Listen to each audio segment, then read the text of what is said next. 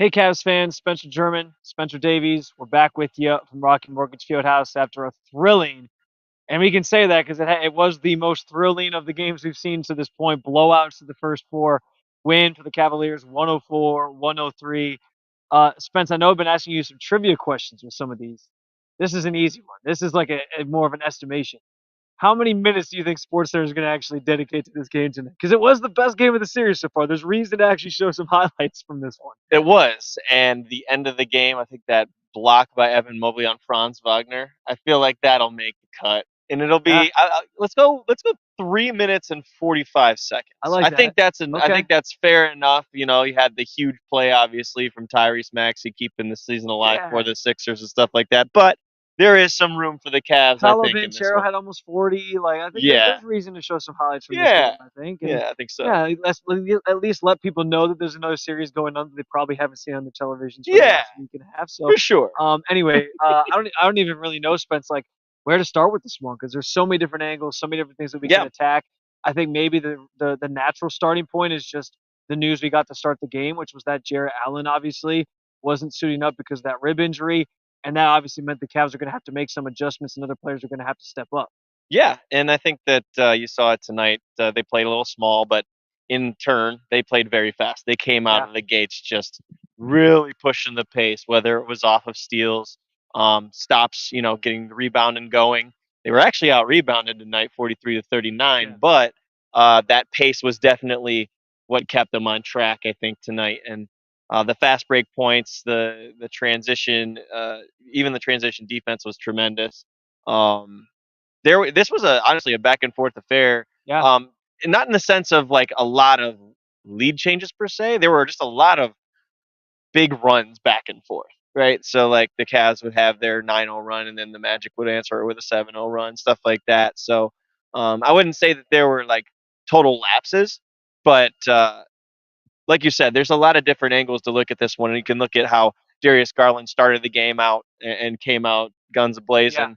Not just on the 3 point line, but touching the paint, making sure he's getting inside. He looked very confident in attacking the rack tonight, and that's a big part of the way that this game had the tone set. Well, I think I want to go there next specifically because, from right out of the outset, the big issue that the Cavaliers ran into, aside from having Jarrett Allen, was that Donovan Mitchell ran into some foul trouble early. He got two fouls in the first like 6 minutes of the game, and then he had to take a seat on the bench. And that's where you saw you brought it up. Darius Garland really sort of assert himself as the guy who was going to dictate the offense, set the tone, and get the scoring going.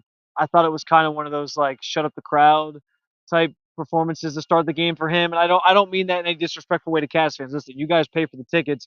You're welcome to come here and boo whoever you want to boo.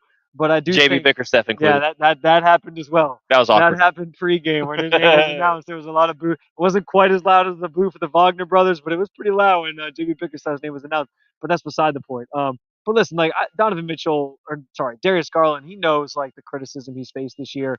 We know fans haven't been too pleased with him, especially in some of these bigger games with his performances. And I understand like people are going to look at the box score and say, well, what happened the rest of the game? He had 17 points in the first quarter, which was a playoff single quarter record for him in his Hmm. career. But then he kind of disappeared after that, and I think it kind of that played into well. You had Donovan Mitchell back out on the floor. You had some other guys contributing, but I still think like to get him coming out of the gate that way, and he talked about it afterwards, just continuing to shoot and his teammates encouraging him to continue shooting. I think that mattered for the landscape of the series, but also just his sort of mental state as he moves through the rest of the series in the playoffs. Yeah, and I think you described it as getting a fire lit under him, Yeah, right? yeah, And having teammates that do that for you is big time. And we've been through this with Darius before. You see what happens when he is aggressive, when he is getting downhill. I call it downhill DG. When you see that happening, and the Cavs they're actively not only just getting that out of him, but they're getting the ability to create shots out of that. And that's, I think, a huge part of DG's success that you've seen in the past. And, obviously, we've been through this. We talked about this time and time again on these shows, is that he lost all that weight. He wasn't able yeah.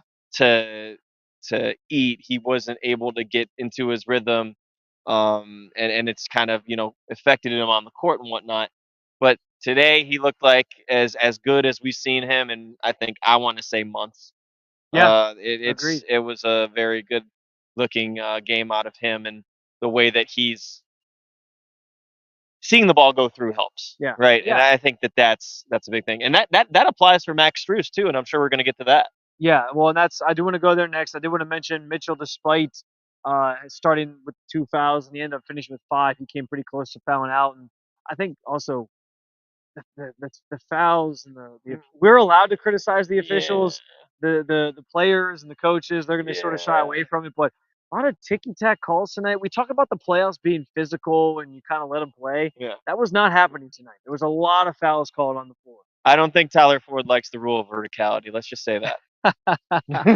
Yeah, and there was a discrepancy. I think it was about 9 fouls or so between the two teams. Orlando Hmm. had less. The Cavs had a lot more. Which Strus had 5. Strus yeah, had 5 Strus had too. 5 as well. So 10 between Yeah, Mitchell and Strus alone. yeah. But so that was kind of weird. But he still finished with 28. Donovan did, leading the team despite all that, which is Took when you're 23 shots. when you're That's kind of big. yeah, it's pretty efficient when you're in and out of the lineup, kind of taking a seat because they want to make sure you're there at the late stages of the game. Hmm. For him to kind of stay hot and stay out there and stay aggressive, I think was good. But you bring up Strus, we would be remiss if we didn't talk about him from this game Hmm. because we had Spence. Like I came into the series thinking, okay, Strus had an up and down year. He is kind of like that. He's a streaky shooter at times throughout the season, but he was still contributing in other ways and finding ways to make an impact. And we've seen that throughout the series. But I thought when the series started, he was kind of like my X factor player because listen, like you give that you pay him what you paid him, what $64 million over the 3 years or whatever the hell it is. Um, you're expecting him to show up on this stage. Just what he did for the Heat last year. He was great from the three last year for Miami on their run to the NBA Finals. Streaky, but yes. Yes, but he hasn't shown up from on the scoring side of things yet in the series. Hmm. And so to see him get hot, and especially in that third quarter, again, Mitchell with the foul trouble, Garland couldn't really find a shot in that third quarter. He was still struggling a little bit. They needed to kind of stay in the game as Orlando came back and sort of took a lead. He kept them in it. He knocked down 2 huge threes kind of late in that quarter. He scored 11 points in the third. Like his performance, the Cavs don't win this game without him sort of getting on the spurt. He kind of had a couple of threes coming down that were like heat check threes. Like I'm feeling myself, so I'll take this one too. I didn't hate him; it was fine. But this was finally the performance you were looking for from Max Strus. He finished with 16, but to get him sort of showing up in a big way to keep you in this one, I think was a massive, massive thing for the Cavs to see. And he was playing his tail off too in the first half. He just Yeah, couldn't get one to fall. It was so interesting watching him play because I was like, this is the Max Strus that they had the first 2 games of the series going up, and maybe if he's not even pulling down the rebounds, he's still contesting yeah. and trying to get the rebounds and He's poking never loose not going to balls play hard. away. Yeah, he's Exactly, and he had a couple of assists in the first half. Like I thought he was playing a really good game to that point, and then you started to see the shots go down. And once he sees the shots go down, lights out. I forget where I heard this in the room over there, or who it came from, but someone said that Max Strus is ignitable. I Yeah, think Eric it was an Spoelstra Eric says that Spoelstra quote. last year. Yeah, it was an Yes, Eric Spoelstra and quote. that's an interesting way to put it because we use the word streaky so many times, like but once a shooter sees the ball go through the net, and you're someone like Max Strus who is in that elk, and we've seen it too. With J.R. Smith was streaky, Yeah, like yeah. that's just But he hit him in the playoffs. but he hit him in the playoffs. And if this is what gets Max going, and he carries us over to the That's next huge. game, next two Absolutely. games, maybe the next series, then if that's what it took was just this spell, then so be it. But otherwise, you know what you're going to get from Max. You're going to get maximum effort, no pun intended, and doing a lot of the dirty work and trying to poke those loose balls away. But Yeah. you called him your X factor. I just wanted to point out Marcus Morris was really the X factor tonight. Tonight, yes.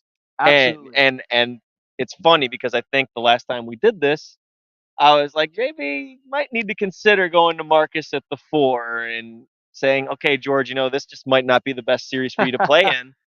And lo and behold, Marcus comes out here. I think Yeah. he had 12 off the bench, He was big one of the time points. he and with managing guys because of Mitchell's fouls, Yeah. he was one of the first guys off the bench early in this game in the first quarter. It was him. Tristan Thompson came in shortly after that, I believe.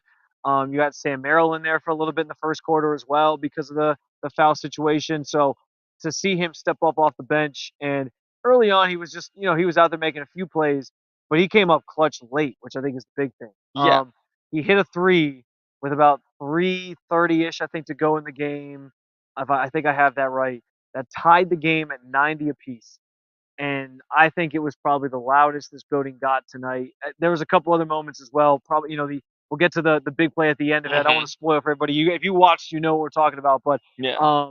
the that I mean, this place erupted. To see him come in, the guy you added mid-season, who was this veteran presence, you were looking for sort of an enforcer role, right? And for him to come out and have a role on this team tonight in a game that felt like it was must win for this team. I mean, Spence, we were talking before the game. This game felt like it was a potential franchise altering game if you lose. Because if Yeah. you lose and you go to Orlando, you're done in the series in six at their place. Like there's a lot of change coming to this organization this offseason. There might still be changes that come depending on wherever this playoff run ends, but like they sort of staved that off with this win.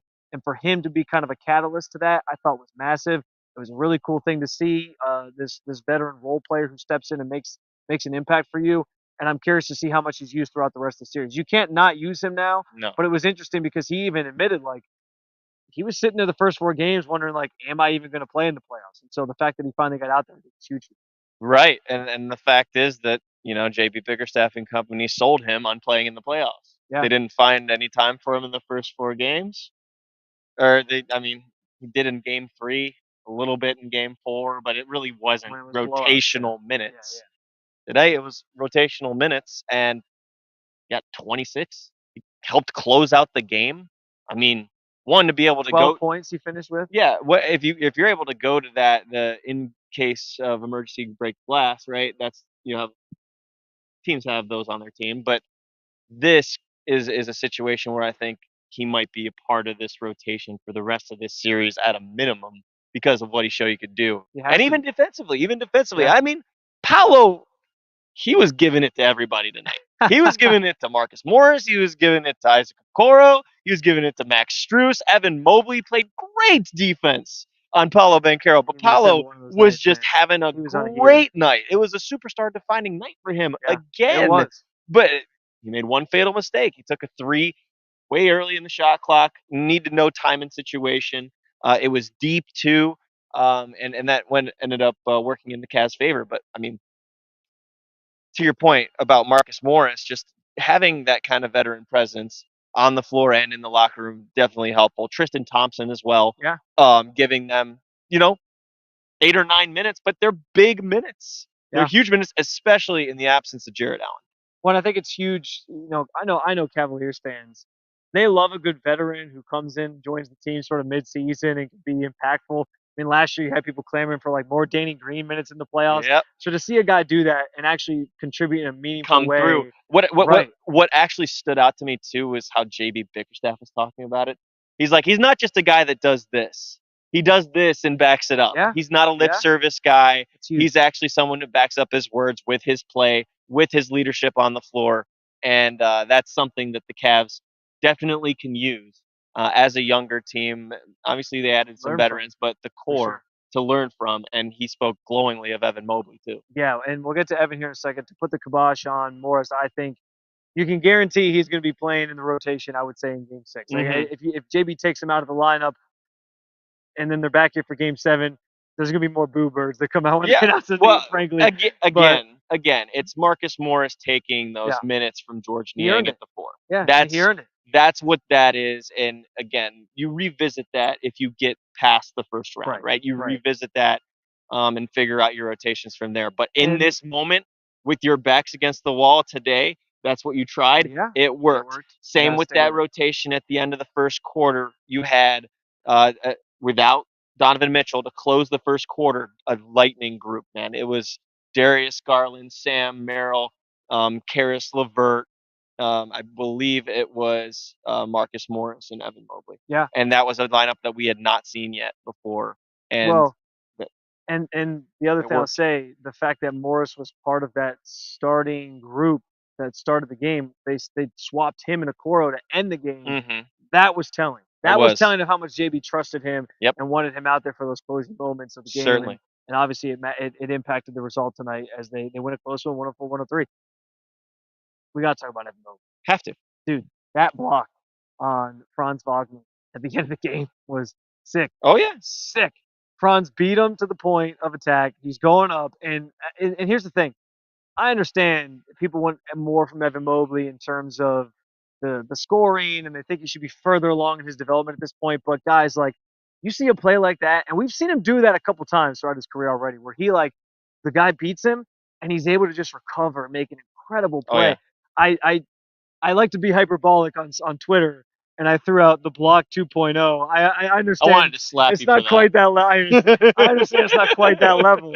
But I mean, it was as impressive as you can get on this stage, Big and I time did playoff think block. that it was telling that a team that has obviously emphasized defense since JB Bickerstaff has been here these last couple of years sealed the deal in a close game like this on a massive defensive play like that. It was huge. It was huge. And you mentioned block, and that's huge at the end of the game to make sure that they can't tie it or they can't, cut the game down, whatever it may be. But it's the 4 or 5 plays before that too that really no one's going to talk about the way that he's shutting off these guys on these driving lanes. Like Yeah, he did a really good job on Franz Wagner, on the layup that Franz made to tie the game. yeah.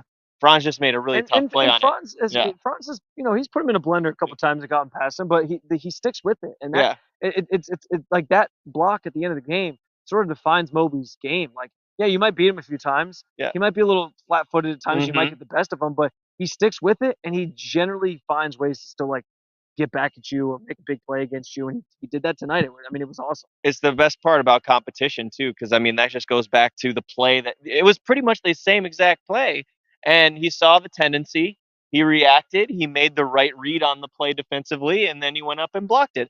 And Yeah, then you look at the other end of the floor too.